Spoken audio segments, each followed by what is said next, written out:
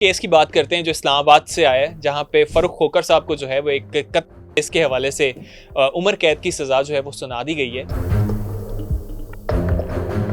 तो ये case basically क्या था, किस तरह से था?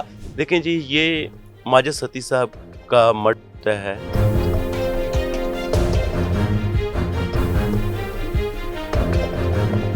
एक पूरा ट्रायल चलता है, एविडेंस आती है, एविडेंस रिकॉर्ड होने के बाद फ़ारूक खोकर को आज जो ट्रायल कोर्ट होती है, सेशन कोर्ट वहाँ की, वो उम्र कैद की सज़ा दे देती है।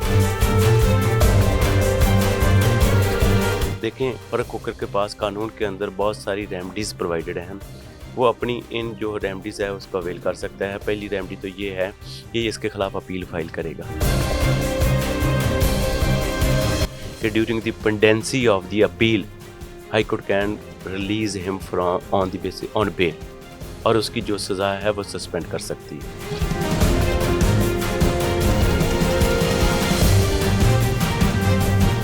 अच्छा सर, एक और केस की बात करते हैं जो इस्लामाबाद से आया है, जहाँ पे फ़ारूक खोकर साहब को जो है वो एक कत्ल केस के हवाले से उम्र कैद की सज़ा जो है वो सुना दी गई है। इस केस के हवाले से मैं चाहूँगा, क्योंकि एकदम से ये खबर आई है, लोगों को पता भी नहीं था कि फ़ारूक खोकर साहब के हवाले से ऐसी खबर आ सकती है, उनको गिरफ्तार किया जा सकता है। तो ये केस बेसिकली क्या था, किस तरह से था? थोड़ा बैकग्राउंड इसका अगर आप हमें बताएँ। देखें जी, ये माजिद सती साहब का मर्डर है। उस मर्डर के केस में जो फ़ारूक खोकर उसको नामज़द किया जाता है, एक पूरा ट्रायल चलता है, एविडेंस आती है, एविडेंस रिकॉर्ड होने के बाद फ़ारूक खोकर को आज जो ट्रायल कोर्ट होती है, सेशन कोर्ट वहाँ की, वो उम्र कैद की सज़ा दे देती है। और जैसे ही उम्र कैद की सज़ा होती है, उसको अडियाला जेल शिफ्ट कर दिया जाता है। अब इस केस का क्या चलता है, क्या होता है, क्या फ़ारूक खोकर जो लाइफ इम्प्रिजनमेंट जो हमने पहले बात की कि वो क्या पूरी ज़िंदगी जेल में रहेंगे या 25 साल सज़ा काट कर वापस आएँगे, या क्या इससे पहले भी ऐसा कुछ हो सकता है? जी, इसके मुख्तलिफ जवाबात हैं। देखें, फ़ारूक खोकर के पास कानून के अंदर बहुत सारी रेमेडीज़ प्रोवाइडेड हैं। वो अपनी इन जो रेमेडीज़ है उसको अवेल कर सकता है। पहली रेमेडी तो ये है कि इसके खिलाफ अपील फाइल करेगा। ठीक है।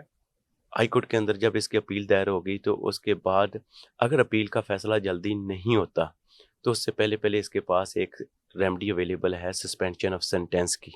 वो 426 सीआरपीसी में प्रोवाइडेड है कि during the pendency of the appeal high court can release him from on the basis on bail, और उसकी जो सज़ा है वो सस्पेंड कर सकती है। ठीक है।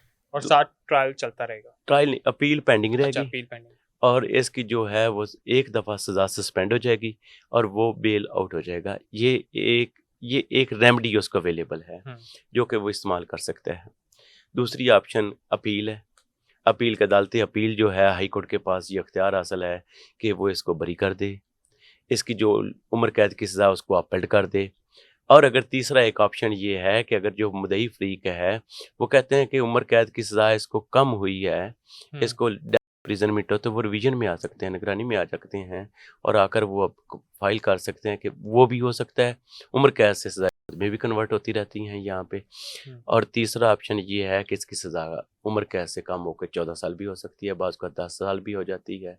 जो भी हाई कोर्ट का एक अपना वो निज़ाम है, जो वहाँ पर जो हमारे जो जजेस हैं वो देखेंगे तो उसके बाद ही पता चलेगा इसकी सज़ा क्या हो सकती है या इसको फ्यूचर इसका क्या हो सकता है। बिल्कुल, ये आगे जो है अभी केस चलेगा और ये इसके आगे जो है ये कोई फाइनल डिसीजन नहीं आ चुका, उनके पास ऑप्शंस मौजूद हैं, वो अपील वगैरह भी देखें कर जी, सकते हैं। देखें हाई कोर्ट के अंदर अपील होगी, अगर वहाँ से उसको रिलीफ नहीं मिलता सुप्रीम कोर्ट सुप्रीम मौजूद कोर्ट। है।